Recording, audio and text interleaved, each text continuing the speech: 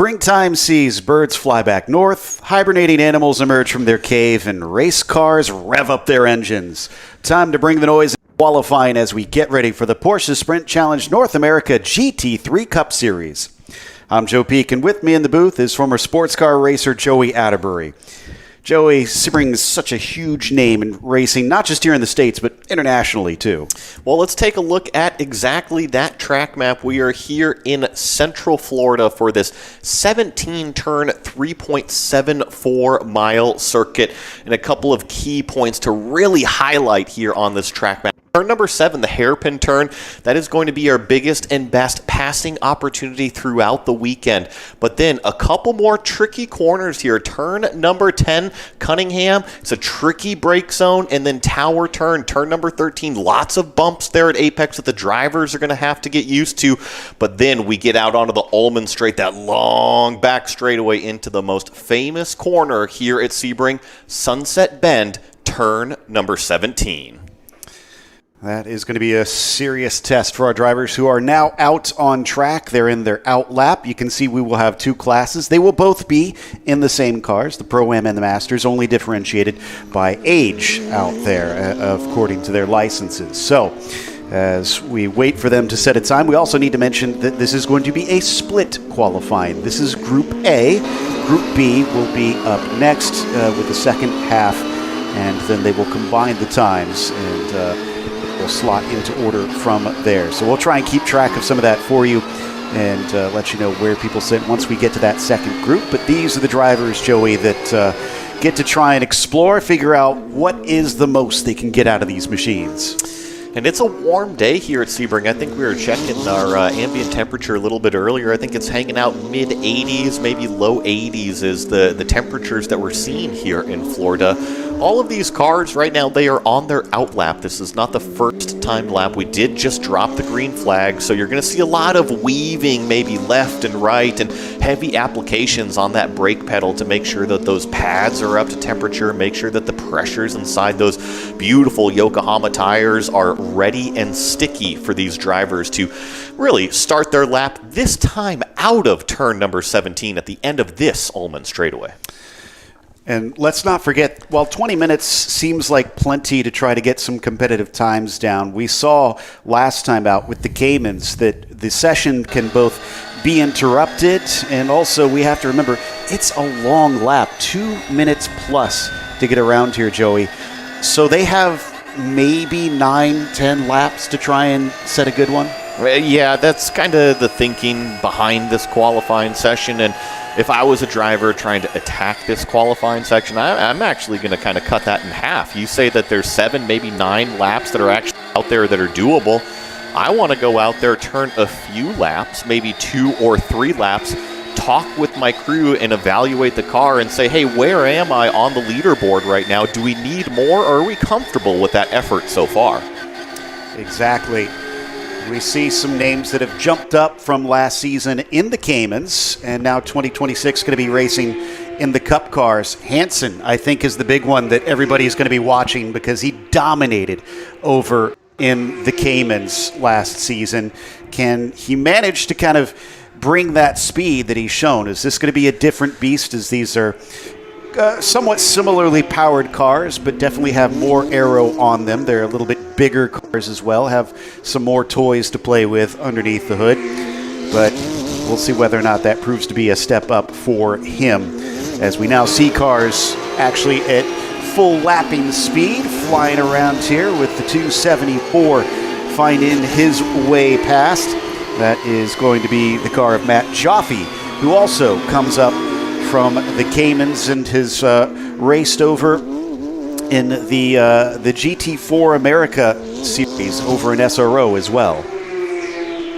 Yeah, as we get this car going through what is turn number 13 here on the racetrack and accelerate their way into this incredibly fast section. I think that this section of the racetrack is actually one of the least talked about. This is through 14 into Bishop into 15 here, and you really have to balance the car. It is so low grip through 15 and also turn 16. This right-hander, you don't see it, but there's actually a tiny bit of elevation change, and you just kind of fall off the back end of that corner. So actually going to see a lot of cars really trying to find the grip through that 16 complex. And one of the strange spots where there's not much reference as well, because it's all pavement all around you as the drivers work their way through the final corner and onto the main straight. It looks like, let's see what kind of lap we get out of Smith, pardon me, who is in that 274. And he sets down what is a 206.18 the first time around. Already he's been beat to the provisional pole by Stout in the 243. Yeah, I was just about to call that out. The number 243 car currently leading the way with purple, purple, purple in all three sectors. And that lap time coming out to be a 205.218. I think that's pretty reflective of what we saw most of the GT3 Cup cars doing in their practice sessions earlier today. I think we'll see the time start to drop maybe a little bit more here on lap number 2 as the drivers continue to build that confidence throughout these minutes in qualifying. 231 down into the slow hairpin, trying to make the most out of what is the tightest corner on the track. We hop on board with him now as he heads up through Fangio into Cunningham and one of the more narrow parts at Collier. This is what caught out to driver earlier in the day coming into Tower, this kinked braking zone, Joey. You really have to get the car placement just right, as you kind of mentioned a little bit of an incident earlier in one of the Cayman qualifying sessions, but now we're going to hop on board here, this 231. Look at the MPHs down on the bottom right part of the screen here. I was mentioning going into turn 16, you were hauling the mail 140 miles an hour, and now the driver is going to have to balance this car throughout this incredibly bumpy 15-16 complex and ultimately lay all that 500 horsepower plus down to the ground down the straightaway. Yeah, this is Dave Musial Jr., as it says on the car. He's told us in the past he likes Dave Musial 2.0, actually. So we'll see and see if he still prefers that nomenclature as we switch our attention over to two cars probably not happy being close to one another, because you certainly don't typically want to try and pull a slipstream around this place unless you're really working together with somebody else. And these two eventually part ways, but I'm wondering if that car that may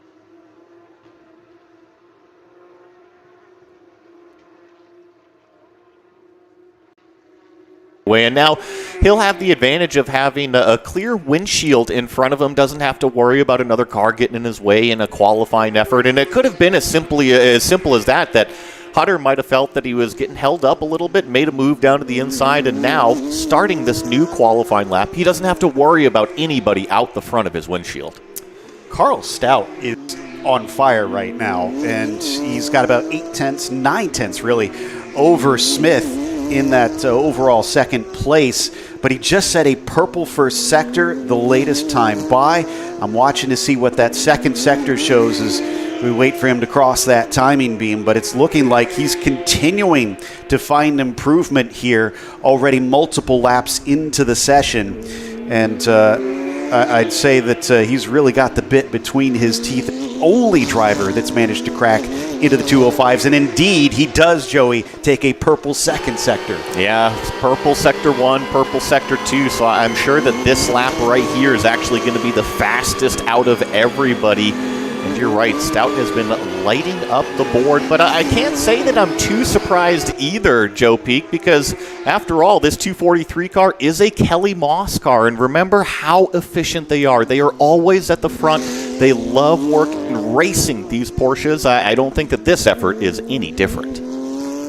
Absolutely. Got to give credit to Musial as well. Musial 2.0 is currently sitting in that third spot. Jens Hansen, we asked whether or not he could find the same sort of speed that he showed in the Caymans. Good enough for fourth at this stage, but I kind of want to see if maybe we can get a little bit more out of him, knowing how quick he was with that class from last season. Meanwhile, the 275 down the Ullman straight. Luke French returns to racing after a short break and is trying to find his way up the order. He sits in 10th right now and 6th in the Pro-Am class.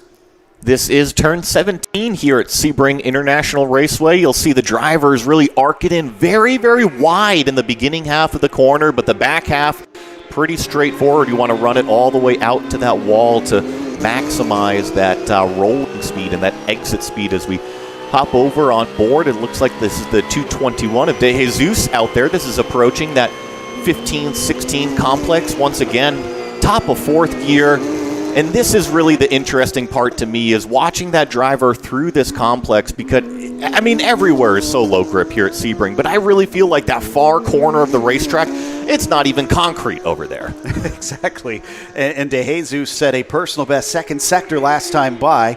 Looks like he's pulling a bit of a friend along who's taking a little peek to the inside, but not sure if they're actually going to try and attempt to pass. Indeed, it looks like they'll stay out of it to allow De Jesus to try and complete his lap at pace. He comes off the last corner, and that car is actually going to pit in now just behind him. So De Jesus will be alone to cross the line. Doesn't improve on that last sector, and in fact, I don't think he improved on that lap. He'll stay at a 2:11.3 at least for now. I think that may have been Cobb that we saw going into pit lane in the 2:53 there, as he is currently shown in the pits on our time and in scoring. De Jesus going to carry on for another.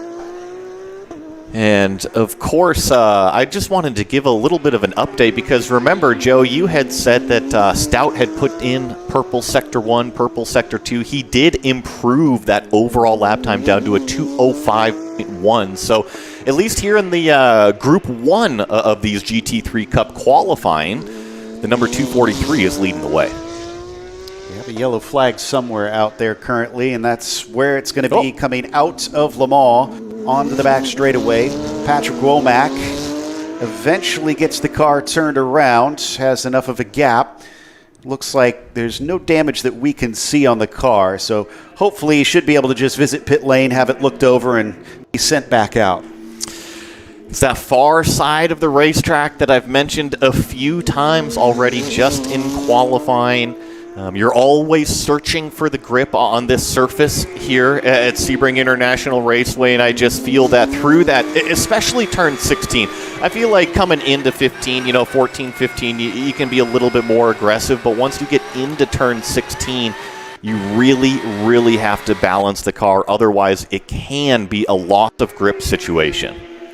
We were riding on board with French for a brief moment. He's improved up to 5th in class. He's now 2 positions higher overall as well, into 8th.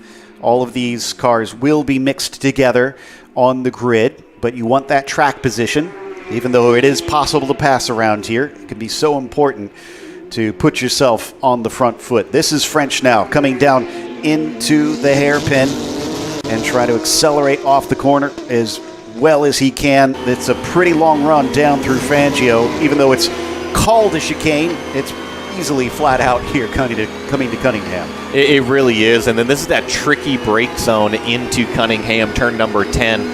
Actually, one of the slower parts on the racetrack. You're carrying such a large amount of speed into that brake zone. You really got to woe the car down, and then it gets it into this very technical, call it 12-13 complex of the tower turn, where there's bumps all around this circuit, but there is a giant bump right there at Apex that, guess what, you can't avoid. I always thought Tower is so tricky, especially with that bump, and then, of course, you got that entry as well as the 265 comes down into Le Mans. Let's see what his first 2 sectors have looked like. First one was not an improvement. Second sector was a personal best for Luke, and he's trying to catch Dusek, whose current best lap is a 2:07.1. So he's got something in the realm of about 3/10 to make up, and that is outside of his class, we should note. So that wouldn't be for class position, but could give him an overall. Let's see what it looks like as he comes across the line now out of Sunset Bend. If this last sector is any good, it could still improve his lap time, and it does. He jumps up to 6. He actually not only passes Dusek, but Musil as well. A 2:07.0 is what Luke French just did, and just kind of looking back through timing and scoring, here comes that 2:48 now. He is going to be on a fast lap, try to take advantage of maybe a little bit of an open track in front of him. Of course, that is Frank Vitti Vitiello here in this red and white number 278, or 248. But I was going to say, Matt Smith, you had mentioned him a little bit earlier, and he was kind of hanging out in the middle of the pack. He's actually our fastest Masters class driver right now, top 3 overall. Awesome work there for the 274. He's got 3 cars separating himself from Dave Musial Sr. in the 226 right now. So he's sitting pretty in that Masters category. As we follow them through Fangio once again. While we've been watching Frank, he's been on his own for the most part, but he's starting to come upon a little bit of traffic here. Ooh, it's almost looked like the car maybe hopped a little bit on its way into Cunningham. Got to keep it right on that ragged edge. And I will say that the last lap out of Frank Vitiello was his fastest lap, a 207.3. Currently 4th in that Masters class. And remember, he was following Luke French down that back straightaway, or at least that back half of the lap. And now it's a completely different type of lap for Frank, where he had a car that maybe was the carrot that he could go chase and draft off of. Now he's actually the fastest of this group of 3. He's going to have to find his way around that 281. That's Chris Hutter, who's currently on an out lap. Let's see if Hutter pulls off to the side here. Looks like he's going to stay up there. Not showing any signs that he's going to pull away, but the good news is I think he might be far enough ahead that hopefully this won't affect him. There is a little bit of aero wake that these cars experience in some of the faster corners, and I think I would count Sunset Bend as definitely among the faster turns through this lap. There you could see the gap on our screens and the difference between them. So Frank was able to get a personal best first sector. Second sector was not an improvement. He'll cross the line. 7 stays put. He does not improve. What I'm reading just off of looking at timing and scoring right now, Joe, is look at our top 4. They are all in pit lane. They've all done their laps and said, you know what, I'm happy with my qualifying effort. I'm happy with my performance out there on the racetrack, and let's go ahead, bring it back in. There's only 3 minutes left and save those tires for the rest of the weekend. Exactly. These drivers won't be swapping tires out constantly like you may see in some series. They do have to preserve them. This is Dave Musial Sr., who gives the apex of turn 7 a little bit of a miss there, but he'll carry on. Got to try and make the best of what he's got, because he is trying to catch up to Smith for that pole in the Masters. This is that turn 10 area, watching the 226 car, and this is what I would consider on the back half of the racetrack. Usually we consider the back straightaway the Ullman Straight, right? But it literally runs parallel with our front straightaway here at Sebring. So in terms of location, this is definitely the back side of the racetrack, the far side, where a lot of time can either be made or lost because of how fast some of these corners are. Here, entering turn number 14, high speed, high commitment. Make sure you get the front end tucked in nicely, and certainly seems like the 226 is right on the racing line. Look at that throttle. Get to 100% right there at apex, and now we're using this flat 6 to power us down this entire back straightaway here. I think about 150 miles an hour is what they'll reach at the end of the top speed here. Which is definitely cooking. But the unfortunate thing for Dave is that he's only got one more lap available after this one if he chooses to take it.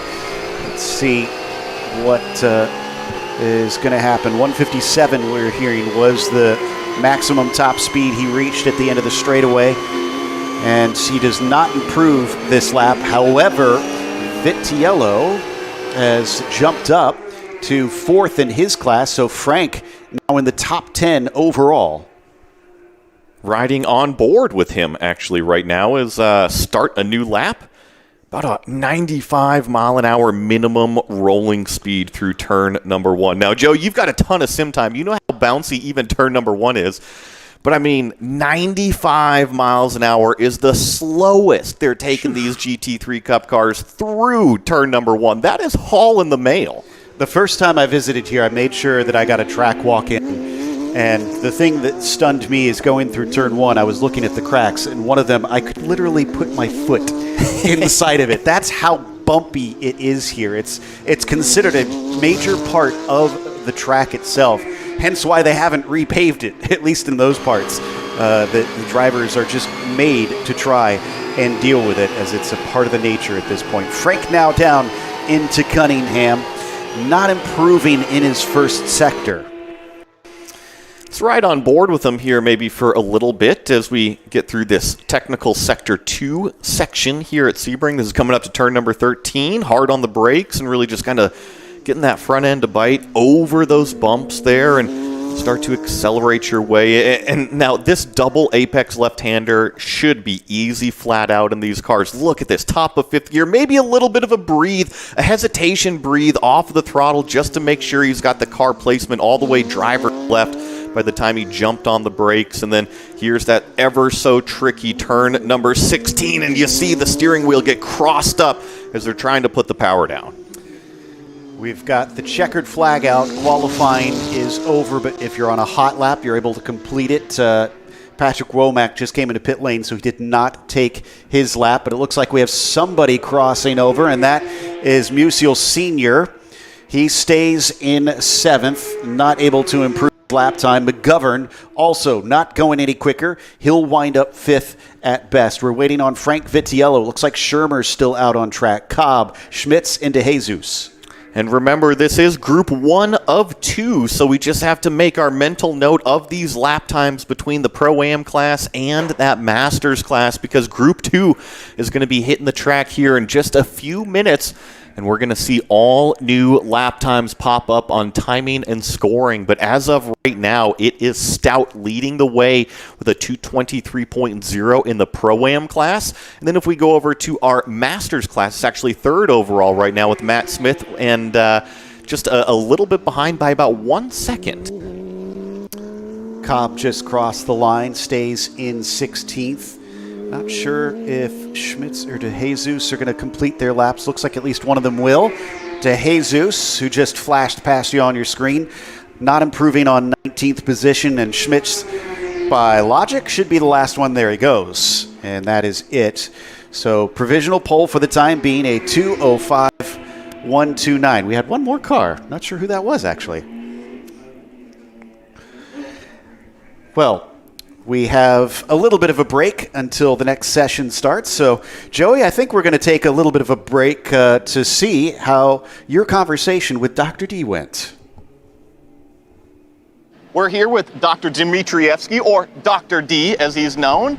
Now, this is a huge step up for USAC road racing in 2026. Yeah. Having a live doctor on site, can you give us maybe some of your roles and responsibilities for the weekend? Yeah, so my primary role here is, as the medical officer here, is I integrate with our safety officer, who is Carla Brown. And what we do before we even arrive, several weeks, months even before we arrive, we reach out to the local safety team if there's going to be a physician or a medical center on site, and we coordinate. You know, we plan for on-track procedures. We plan to see, you know, where our nearest level 1 trauma center or level 2 trauma center is, where our nearest burn facility is, and then where the nearest hospital is for non-urgent, non-traumatic injuries. And we know that once we have that in place, we have a definitive plan in terms of any injury where we're going to go. The other thing that we really want to do here is, you know, we don't have an entire safety team that we travel with. It's myself, Carla's up in race control as safety, I'm on track as the physician. So we want to incorporate with the local safety team. So what we do here is Carla has coordinated a fantastic PowerPoint presentation and videos that we share in terms of how to access the vehicles, safety features, extrication features the cars have. We do a walkthrough with the team. We do an extrication exercise with the team. So this is all something we do before we even go on track. Once we're on track, you know, I have a race control radio, I have the local dispatch radio, and if there's an incident on track, the process goes like this. You know, safety vehicles will be deployed onto the course. If the driver's uninjured, I will come in the med car, I will pick them up, I will bring them back here to our designated area where I will do a thorough physical exam. And if they're uninjured, they'll be cleared to resume to racing. Now, if we have an injury, depending on what the injury is, that's a different story. If they can walk and get in the medical car, we'll take them in the medical car, I'll bring them back here, I'll assess them. And if it's something that I can treat with the equipment and the medications I have here, I will do so. If not, then we will transport them out. And, you know, we always have to be prepared for worst case scenario. And if that happens, we have a plan in place where we will do a rapid assessment, call the ambulance on scene, stabilize, and then either it'll be a ground transport or we'll just go next door to the airport and they'll fly out. So now, with that said, I'm not just the physician between the guardrails, you know, flag to flag. I'm here the proverbial 24/7, maybe not 365, but at least for the race weekend. So anybody that has any kind of ailment, issue, sprain your ankle, I'm here for that as well. And you're new for 2026 here with USAC, Yes. but where else have you worked and what kind of knowledge do you bring to this paddock? So I have quite a bit of motorsports experience. You know, motorsports is something that I've been passionate for since I was this high. So as long as I've been a doctor, I've been passionate about motorsports even longer. So the fact that I can marry the two is fantastic. So my day job, I am emergency medicine trained and boarded. I'm an ER physician, and I work in the big level 1 trauma center in Detroit, which is also a burn center. And then in terms of what I do motorsports-wise, I first started off as one of the physicians for the Detroit Grand Prix. I eventually became the deputy medical director, and for the last 10 years now, I've been medical director for the Detroit Grand Prix. With that, I also serve as chief medical officer for SRO Motorsports America, and I've been doing that going on 10 years now. I also have, on various different occasions, worked other venues. I've worked F1 Montreal, I've worked Honda Indy Toronto, I've worked Indy Iowa Speedway. I've done events at home back at Michigan International Speedway with NASCAR. And then outside of that, I also serve on the International Council of Motorsport Sciences. I'm the vice chair. And with that, what we do, yearly we have an annual congress where we do a scientific assembly just on motorsports safety and motorsports medicine. So I keep myself busy with motorsports year round.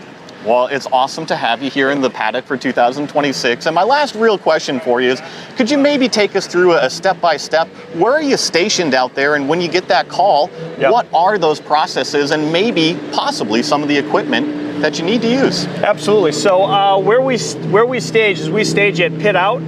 The med card myself will stage at Pit Out, which is right by Turn 1 there. I stay there, I listen. Once they give me the call, I go. I try to, the big thing I listen for is what side is the wreck on. I get to that side of the track. I try to stay off the racing line, go as fast as I safely can, and I get to the scene. Once I get on scene, if they're stable, no problem. They hop in the car and we'll come here for a quick exam, and I'll show where that's at. However, if they're unstable in any capacity, and whatever that be, maybe they're injured and they need a splint, maybe they, God forbid, have stopped breathing, then you need assistance breathing. They've had a cardiac event. If you come to the back of the car here, I have equipment with me that I can show you. I carry this with me all the time. This is my advanced jump bag, and in here I have all kinds of equipment that I need. Anything from stabilizing a fracture to helping take a helmet off to helping the patient breathe, or the driver breathe if they're not breathing. Also here we have an AED because you never know. So we want to have all the equipment that I need. And believe it or not, it's all packed in this bag and hopefully never necessary. Now, if the driver is so injured that there's no benefit coming here, that we need to go right for the medical center or the trauma center, then we will call an ambulance on scene, and I will make a decision on scene whether we're going to either go by ground or we're going to go by air. Now, a vast majority of the time, and this is what I always hope for when I go out on track, is they're uninjured and they're going to come back over here to get a medical clearance and screening to be cleared to resume the race activities, and that's right this way. Once the driver is back with me, we come in here into our trailer. They have a seat here, and I first start with a physical examination, and that's basically a head-to-toe assessment, not only physically of how they're doing and every organ system's examined, but also cognitively. Do they know where they're at? Do they know what team they race for? Do they know what day of the week it is? Do they know that we're at Sebring and not at Road America? I mean, these are the things that I ask them. And then any kind of equipment that I may need to address any injuries or any medications they need, I have here in all these drawers. They're all loaded up with whatever I need, whether it's dressings here of various types, slings. If I need to fix any kind of lacerations, I can do laceration repair in here. I have more wound care if there's a burn especially, or if there's an open wound or an abrasion. If I need to give any IV fluids, I can do that as well here. At the track, as I'm sure you know, the biggest complaint is I got something in my eye. We have equipment for that as well here. We have our ENT box as well here. If anybody has anything in their ear, any ear problems, nosebleeds, we can take care of all of that. We have splints here. I have thumb spikers, wrist splints, ankle stirrups. I got it all in here. And then lastly, anybody need any wound care, I can wash out wounds, irrigate, anything that we need to have done here, we can do. So this way I can do a lot to not only help the driver stay at the track and not have to be transported out, but also whatever is necessary to clear them to drive and ultimately to keep them safe. I always tell everybody, the way motorsports medicine was made to be practiced is to sit around, watch racing, and enjoy the show, and do little as possible.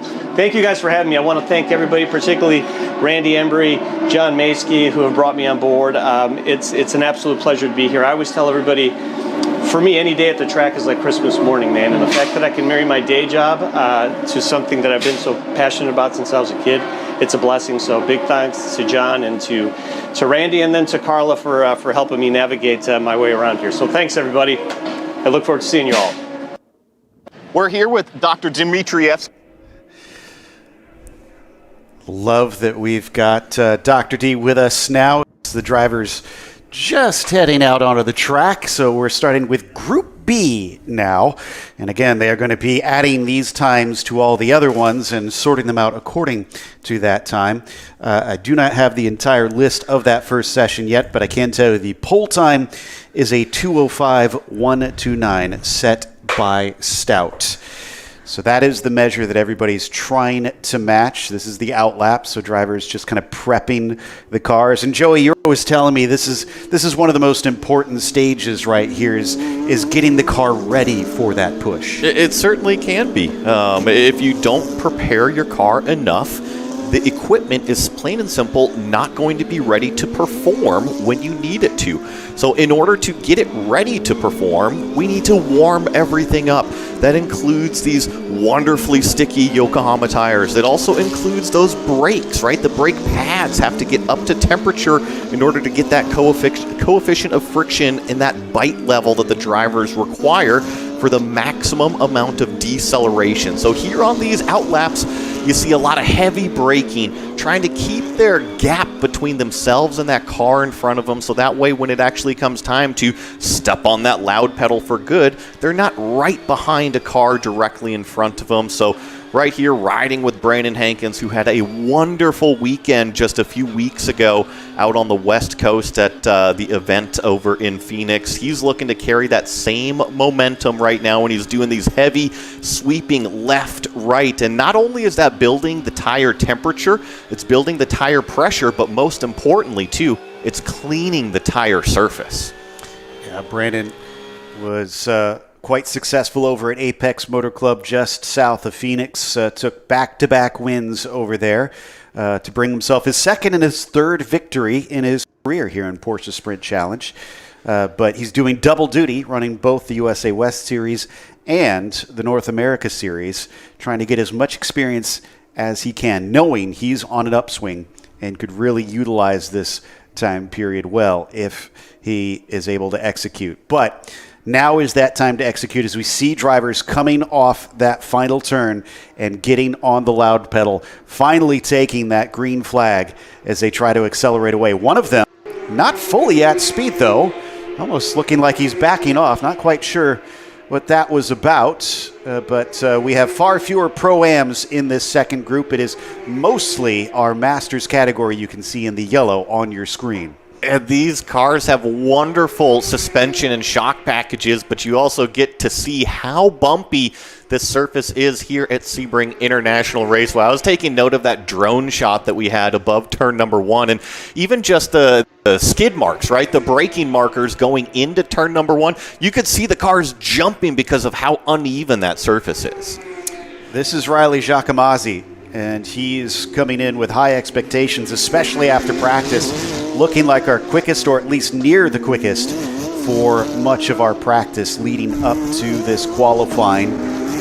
So as he races for competition motorsports, everybody's going to probably put a little bit of a target on his back, knowing that he'll likely be the one to beat. But we need to wait until we get a time to really tell, as we're already a quarter of the way in. Really helps illustrate what we're talking about the length of this lap. They took their time warming up the car in that first one, was not at speed, and this second one not even close to over, and they're through much of the session. And that tracks, right? These cars are doing just over 2 minutes at their fastest lap time. So a slower out lap could be in excess of 3 minutes, maybe even 3.5 minutes. So by the time we actually complete lap number 1 out here, it is already going to be knocking 5 minutes off of that 20-minute timer that we've got here for group number 2 in GT3 Cup qualifying. Looks like we have 2 penalties already being handed out. Bill Fennick and the 250, both for speeding in pit lane. They'll have to serve that soon. That Shane Leathers in that 250 car. So watching Riley cross the line, let's see what his time looks like. And a 2:05.2. So right at the beginning, he is so close to our provisional pole. That is fast lap time from that 296. I know that we were talking with John Maskey a little bit earlier in the weekend, and he says we're going to have to watch out for Giacomazzi out there. I think that not too many people know about him yet, but by the end of 2026, a lot more people will. Absolutely, yeah. He has kind of shaken things up, and I mean, such a cool story as well. Not many times that you see drivers really get to come up through the ranks from not being a driver initially. He worked on crews and literally told us that he swept floors earlier on and has managed to get his shot. And boy, is he grabbing it with both hands the way he has arrived with immense speed. Yeah, that 2:05.2 is only about 1/10 of a second off of the fastest time that we've seen here all weekend long. So we'll just kind of keep our eye on that 296 as it goes throughout qualifying, as we've got our eyes here on the 203 car. This is Tony Melito, who currently sits inside the top 5 in our second group. Fastest lap time of 207.5 right now, holding down third in Pro-Am. Here's a telling thing. Now that we've had most of the drivers set a lap, but we're still missing about 3. First to second, 1.2 seconds. Riley is just stomping everybody the first time around. That can still close, since that's only the first time, but that's not a good sign if you're everybody else. The next one in his group is Hankins, who's 3rd overall, but second in the Pro-Am class. Has to make up about 1.6 seconds if he wants to snatch that second place, at least right now, overall of everybody from Giacomazzi. But will that become the pole of both groups here when we see him cross the line soon? I'm curious about Brandon Hankins' lap right now. He has just gone green Sector 1 and green Sector 3 as well. So he's actually going to have his fastest time of the weekend. I'm sorry, that was Tony Melito that just did that, jumped up into 3rd. So Brandon Hankins is still in Sector 3 right now, and he is looking to complete that lap. But remember, I had mentioned that he had such a great weekend at Apex Motor Club, winning pretty much every single lap of competition he had over there. And in fact, he jumps up, improves his lap time up to a 206.5. It is tight for second place. Todd Treffert is second in this group currently. 17 thousandths to Brandon Hankins. 7 more thousandths down to Matt Siegel. Siegel, another one that is returning after a partial North American season last year. And another one that really opened some eyes, because nobody had really heard that much of him, and he came in incredibly fast. He sits 3rd in class right now, but they still have a ways to go. Giacomazzi did not set an improvement. I wonder if it was a bit of a slowdown lap for him, just to cool things down and try and push the next time through. Treffert, your fastest in Masters at a 206.5.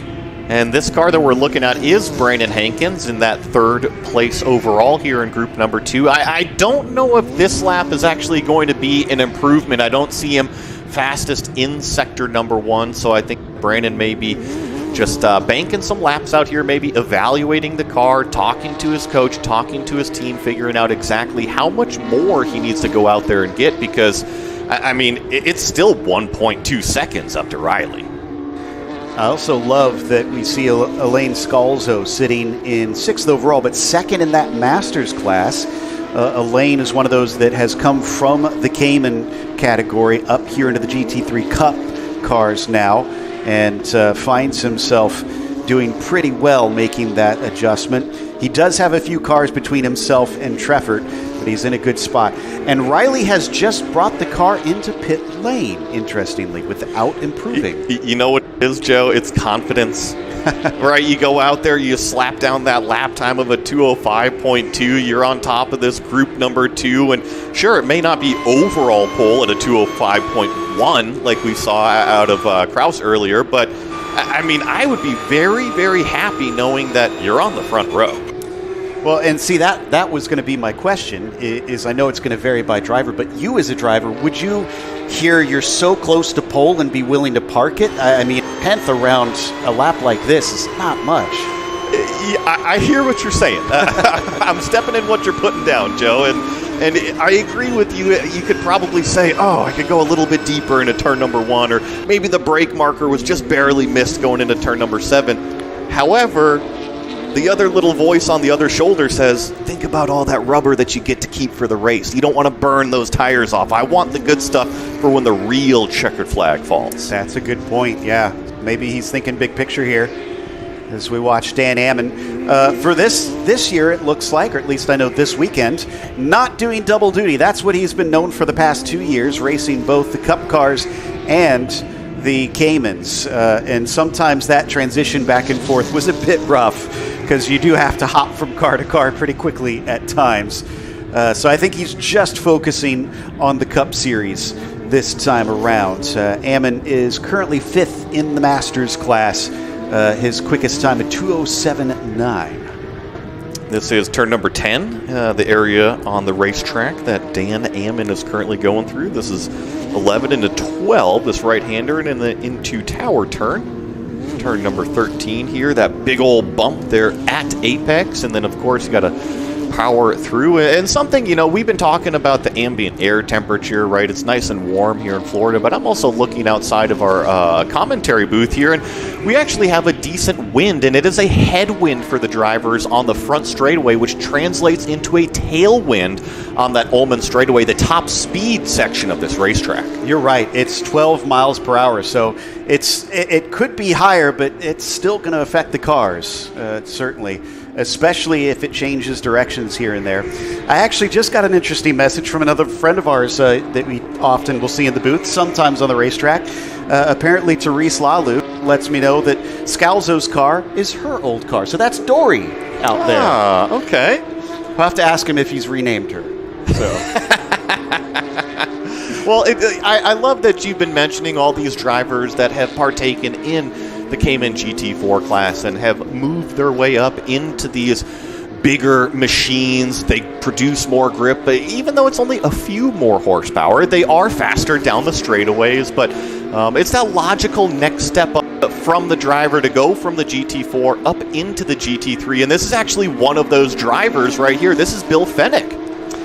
One of your favorites. Yes, yes. For those that have not had the pleasure of meeting Bill, he is one of the most energetic people you will have ever met. And he's currently, well, he improved. He jumps up to 7th with that latest lap down to a 2:07.379. That puts him into 3rd in that Masters class. He is just behind Elaine Scalzo. So watching those two race each other once we get to the race proper should be a lot of fun.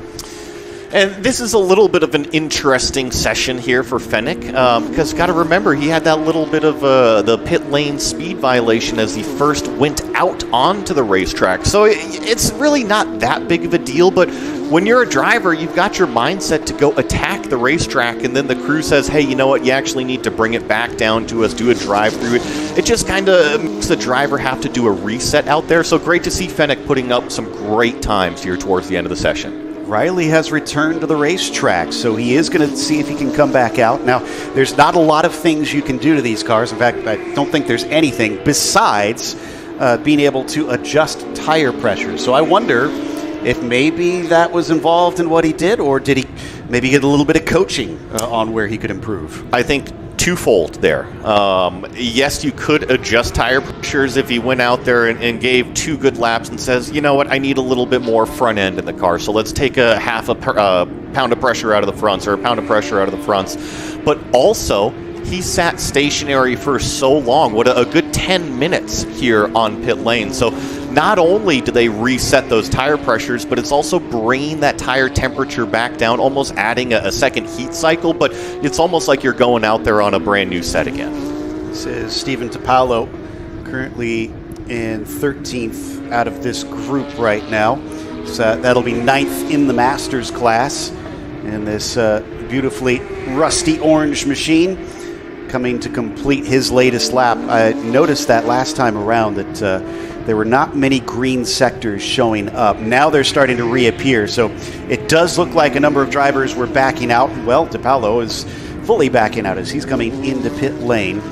Treffert among those who is looking like he's on a good one as he set a personal best first sector. Something we hadn't mentioned, Matt Siegel managed to jump himself up to the top 2 in this group recently. I saw that, an impressive lap time out of that 267, because you got to remember that is also another Pro-Am car. So a 206.0 is what Matt Siegel did out there, as we currently have our eyes on Mr. Leathers in the 250 car. This is a beautiful, this is one of the silver stock colors of those new Carrera Cup cars, which look oh so good. I can't wait to see those things in competition soon enough. Yes, for those that have been following Porsche and the 992.2, which is showing up here in Sprint Challenge eventually, is going to be appearing next season. It will make its premiere in Carrera Cup here in North America, and they'll get to race the shiny new toys, and then we'll have enough available here for the Sprint Challenge drivers to make that step up, which should be fun because there's definitely some new gadgets inside and things that they can enjoy, including the air conditioning that will come with that. That is one that I think they probably would wish they had today. I think that these AC units, whether it be in the 992.1s or the Cayman GT4s, whether it's a cool shirt or an actual AC unit, there's various driver cooling methods that are kind of allowed nowadays. And I know that, yes, it does get warm inside these race cars, but Porsche does everything to make sure that those drivers are comfortable and able to perform at a maximum level. So I was watching Treffert. He was not able to improve on that latest lap. He stays 3rd of this group. We wait to see what Riley can do. And first sector was not an improvement for him. But we'll watch and wait. Could still find something in the latter half of the lap. Remember, he only needs 1/10.